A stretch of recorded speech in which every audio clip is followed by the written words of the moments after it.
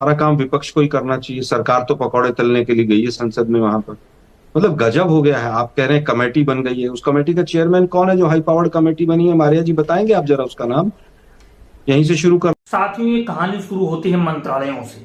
हमारे यहाँ जब देश आजाद हुआ तो अलग अलग कार्य करने के लिए अलग अलग मंत्रालय बनाए गए। रेल मंत्रालय बना तो जेल मंत्रालय बना, वित्त मंत्रालय बना, रक्षा मंत्रालय बना।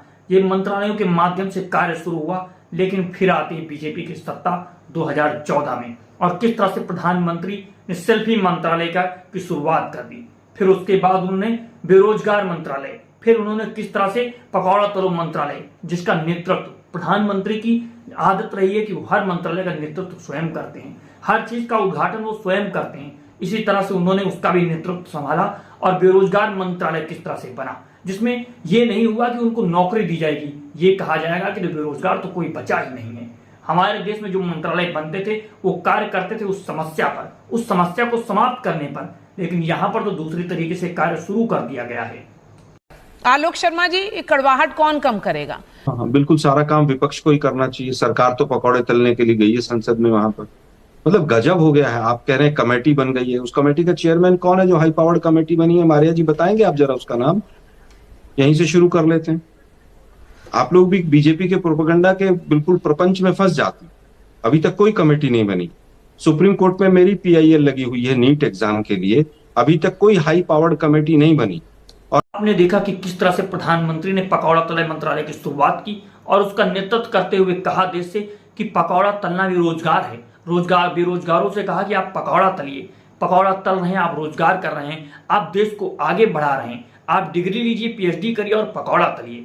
इन सभी बातों को लेकर के आलोक शर्मा जब डिबेट में पहुंचे, जब उनसे एनडीटीवी की पत्रकार जो थी उनसे बात कर रही थी कि संयम बरतिए, किस तरह से उन्होंने उसको सुना और उसके बाद उनका जो जवाब है वो आपको और हमें सोचने पर मजबूर करता है। आखिर ये पकौड़ा तलो मंत्रालय कहां चला गया, किस तरह से ये कार्य कर रहा है, क्या यह इन चीजों के उत्तरदायित्व तो नहीं लेगा? आप आलोक शर्मा की वीडियो देखिए, फिर इस पर हम बात करते हैं। जोशी जी जो एनटीए के चेयरमैन है, वो चेयरमैन वहीं पर बने हुए हैं। क्यों? क्योंकि वो आरएसएस बैकग्राउंड के हैं। उन्होंने बीजेपी और आरएसएस के लोगों के बच्चों की भर्तियां कराई हैं छत्तीसगढ़ में, मध्य प्रदेश में, और नीट के एग्जाम के थ्रू। और उसके बाद भी आप कह रहे हैं कि वो बहुत अच्छा प्रयास हो रहा है, बहुत अच्छा काम हो रहा है। ये इतना बड़ा घोटाला है हजारों करोड़ का, और आप कह रहे हैं कि वहां पर बहुत अच्छी कमेटी बन गई है, बहुत अच्छा काम बन गया। देखिए, मोदी जी की भाषा कथनी और करनी में हमेशा से फर्क रहा है। मोदी जी बात करते हैं समन्वय की। जब चुनाव लड़ते हैं तो मुजरे के नाम पर लड़ते हैं, मंगलसूत्र के नाम पर लड़ते हैं, मुसलमान और हिंदू के नाम पर चुनाव लड़ते हैं। आप समन्वय की बात कर रहे हैं। स्पीकर का चुनाव हुआ, क्यों हुआ? स्पीकर का चुनाव अगर सरकार चाहती तो समन्वय बन जाता, लेकिन उनके अंदर अभी भी वो अहंकार के रथ पर पूरी तरह से सवार हैं। आप देखिए किस तरह से सभापति महोदय राज्यसभा के हों, चाहे स्पीकर महोदय लोकसभा के हों, उनकी भाषा देखिए अभी भी किस तरह की है। और जिस तरह की भाषा का इस्तेमाल करके वो हेडमास्टर वाली जो भाषा इस्तेमाल कर रहे हैं, सांसदों से बैठ जाइए बैठ जाइए, तो मुझे लगता है कि पूरी तरह से सरकार समन्वय चाहती ही नहीं पूरी। जब आप देखिए सुषमा स्वराज जी हों चाहे अरुण जेटली जी हों, उन्होंने कहा है भाई सदन को चलाना सरकार का काम है। 2.5 महीने तक 2G पर घोटाले पर इन्होंने संसद को नहीं चलने दिया। आज प्रवचन दे रहे हैं दूसरे लोगों को। क्या 2G के ऊपर आज कोई माफी मांगेगा? नीट जैसा बड़ा घोटाला हो गया, केवल पेपर लीक तक सीमित नहीं है वो घोटाला, पेपर लीक से बहुत आगे है। पेपर लीक से किस तरह से आगे है कि 25 से 30 हजार बच्चों को एक विंडो दी गई कि आप अगर अपना एग्जाम सेंटर चेंज करना चाहते हैं तो एग्जाम सेंटर चेंज कर लीजिए। उसके बाद ग्रेस मार्क्स का घोटाला है, टाइम लॉस का घोटाला है, सेंटर हाईजैक करने का घोटाला है। और यही कारण है कि सरकार भाग रही है। जो नीट के चेयरमैन हैं मारिया जी, उसके सामने पूरी सरकार ने घुटने टेक रखे हैं। पूरी सरकार और भाजपा नाक रगड़ रही है।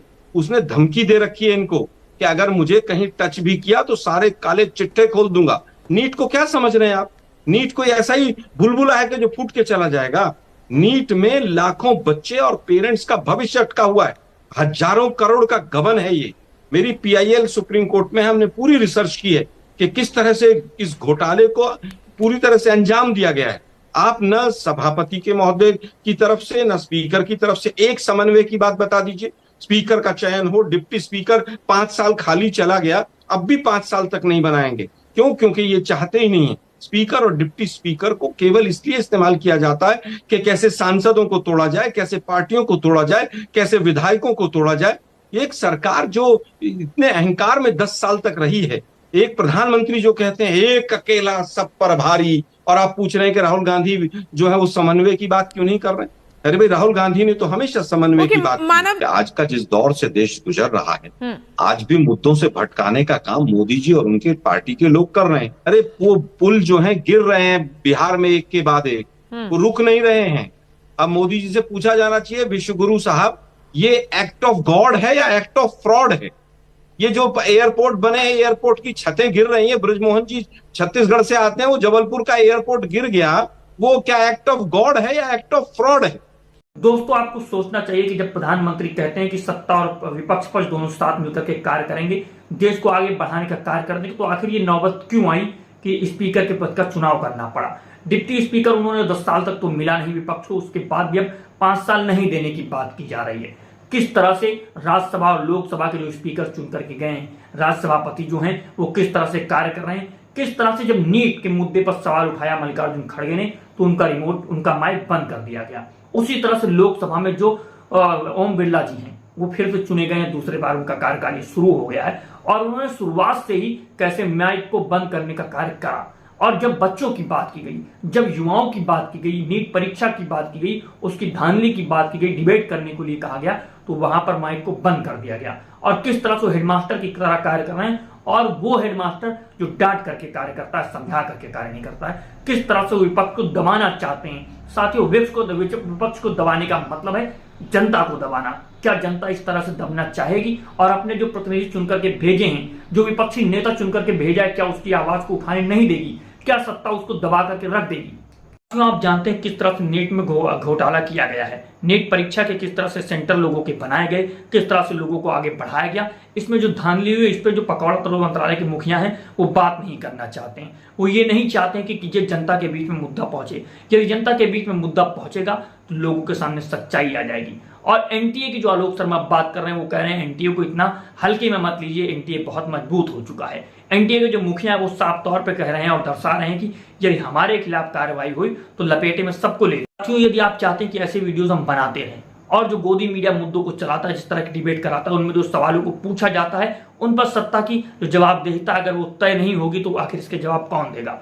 जनता ने जो सत्ता चुन करके भेजी है वो जवाबदेह होनी चाहिए। यदि लोकतंत्र में सत्ता जवाबदेह नहीं होती तो लोकतंत्र निरंकुश होता हुआ चला जाता है। साथियों, यदि आप चाहते हैं कि ऐसे ही सत्ता से हम सवाल पूछते रहें, क्योंकि गोदी मीडिया तो सवाल पूछने का कार्य सत्ता से कर नहीं सकता है, क्योंकि आप एनडीटीवी की जो डिबेट देख रहे हैं उसमें भी उसका मुखिया कौन है, उसको किसने खरीद लिया है, ये आप साफ जानते हैं। अभी तक बीजेपी के लोग एनडीटीवी में नहीं जाते थे, लेकिन अब जब से उनके मुखिया बदल गए हैं तब से वहां पर जाना शुरू कर दिया है। और किस तरह से इन चीजों को आप देख रहे हैं और समझ रहे हैं। यदि आप चाहते हैं कि ऐसे वीडियोस हम बनाते रहें तो दो बोल न्यूज को सब्सक्राइब कीजिए, क्योंकि दो बोल की कोशिश है, हमारी कोशिश है कि हम आपकी और जनता के सवालों को सत्ता से पूछते रहें और जनता की आवाज बन सकें। आपका एक शेयर हमें ताकत देता है कि हम बोल सकें कि बोल की लब आजाद है तेरे। जय हिंद, जय भारत।